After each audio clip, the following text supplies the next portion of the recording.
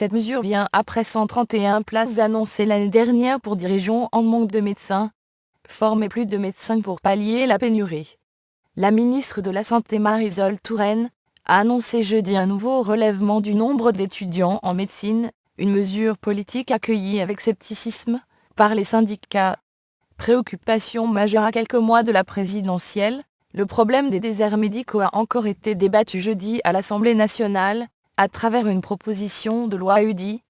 Publicité un réinventé BT, l'occasion pour la ministre de vanter la politique forte, volontariste, innovante menée depuis 2012 en faveur de l'installation de jeunes médecins en zone sous-dotée, maisons de santé pluridisciplinaires, contrats d'engagement de services publics, etc.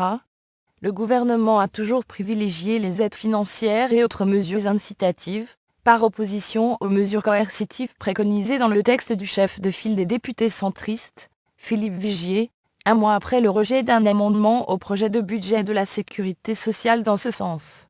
Mais si cette politique commence à porter ses fruits, elle doit être poursuivie et amplifiée, a insisté la ministre.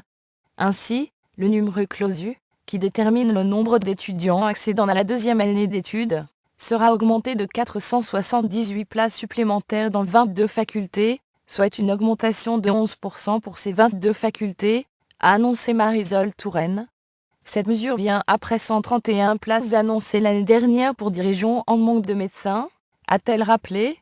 Reste à connaître la répartition de ces nouvelles places, par faculté et par spécialité, sachant que la pénurie de généralistes est la plus pressante, notamment en raison de l'explosion des départs en retraite. De 2007 à 2025, la France aura perdu un quart de généralistes, calcule l'ordre des médecins. Les organisations professionnelles, étudiantes ou internes, en troisième cycle d'études, se montrent en outre très réservées sur cette mesure. Elles s'interrogent en particulier sur les conditions de mise en œuvre, dans des facs aux capacités déjà largement débordées, selon Claude Léché, le président de MG France. Il faudra augmenter le nombre d'enseignants, et les possibilités de stage, prévient-il. Attention à ne pas sacrifier la qualité de la formation, renchérit Antoine Oudin, le président de l'ANANF, étudiant. Au mieux disant, c'est surtout un affichage politique, cela nous paraît intenable au vu des capacités actuelles, s'inquiète Stéphane Bouxom, porte-parole de l'ISNARI MG, interne de médecine générale.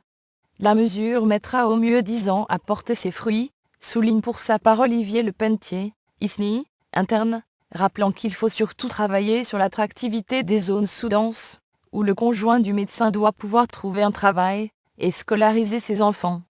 Augmenter le nombre de stages dans les cabinets de ville, mettre en place une politique d'accueil des nouveaux médecins, les aider à se loger, sont autant de mesures dont les effets se ressentiront plus rapidement, estime M. Bouxom. Jean-Paul Horty, le président du premier syndicat de médecins libéraux, CSMF, a de son côté fustigé une annonce spectaculaire, ne tenant pas compte des vraies problématiques. Mais la ministre ne s'arrêtera pas là. Elle a promis dans l'hémicycle que de nouvelles règles de zonage se mettraient en place. Elle envisage aussi des dispositions nécessairement législatives qui permettront de traiter la situation des médecins qui n'ont pas soutenu leur thèse dans les temps et souhaitent exercer la médecine.